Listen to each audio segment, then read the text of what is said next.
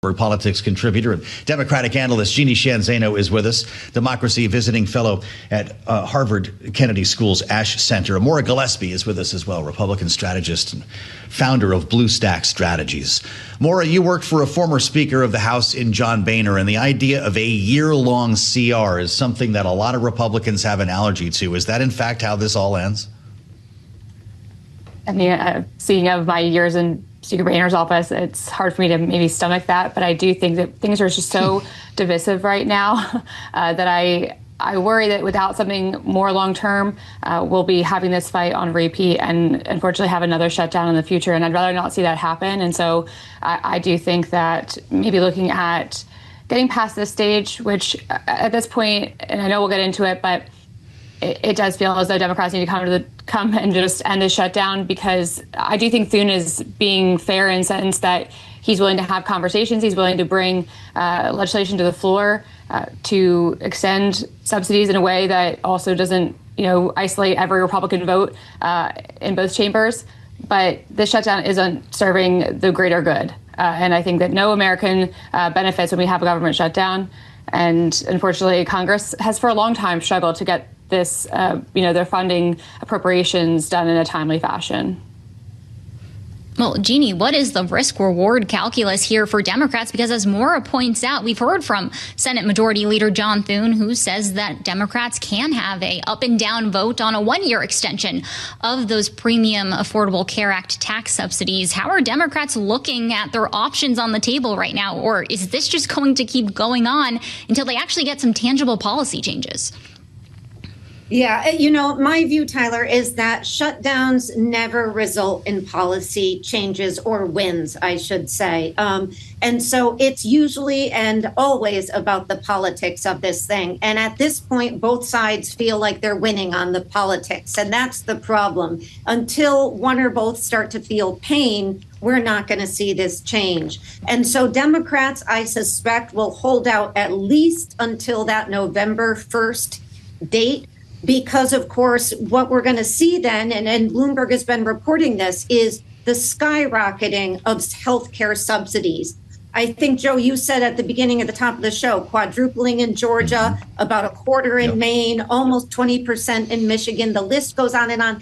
And oddly, this is going to be impacting Trump's states, red states, more viciously than it's going to impact blue states. So it's his own voters. And the president knows that because he's spoken about it in the past. So I think we will see the Democrats hold out for that. And the reality of this, and I don't know anybody in Washington who doesn't think that this thing also is not going to end until one person comes to the table and forces it. And that one person, I'm sorry to say, is a Democrat, is not Chuck Schumer. It is Donald Trump. Until Donald Trump pulls the plug on this thing, it is not going to move forward. Donald Trump, just a short time ago, invited John Thune to the podium in the Rose Garden to talk to his members who were lunching in the sun, knowing that he said we may have no choice but to pursue a one-year CR. And by the way, Donald Trump may not have a problem with that. It was the White House that suggested that a couple of months ago when everyone's head exploded on Capitol Hill at the idea that could, in fact, become a reality. But I want to ask you about the nominations that are also being celebrated in the Rose Garden Club today. It's not just holding the line on the shutdown. Maura, as you well know, the president wanted to thank Republican senators for moving unblock, in some cases, a huge number of nominees. Of course, that's the job of the Senate, and it's one that doesn't get a lot of coverage. But there's one that may just not make it. According to John Thune himself, quote, he's not going to pass. The line from the majority leader. We're talking about Paul Ingrassia, the president's nominee, to run the office of the special counsel. This is another text scandal that has been made public by Politico, allegedly, of course, that has now prompted at least 3 other Republicans to oppose his nomination. In this text chain, which was repeatedly bumping into themes of Nazism, he said that Martin Luther King Jr.'s holiday should be tossed into the 7th circle of hell. And that when asked about his viewpoints, he said he has a bit of a Nazi streak. Is Mr. Ingrassia's nomination as good as dead, Maura? It certainly should be. I mean, that's a disgusting way to speak, just even if it's in private text messages. the fact that he has that on his heart and he believes that enough to say it, whether he's in his mind joking or not, there's something that spurred him to say it, and that should be disqualifying in and of itself. And so Thune is right to say that he's not going to pass on Thursday. I'm sure that's a conversation that's being had in that lunch right now as they're celebrating. I think there are probably some Republican senators who have a bit of a queasiness about some of the ones that they've gotten through in that first few months there. That I think of Pam Bondi, I think of RFK Jr. I think there are a couple of senators who are wondering if they made the right choices. But with this, the fact that so many, again, you said 3, at least maybe 4 or 5 I've seen, they're going to say that this isn't a yes vote for them.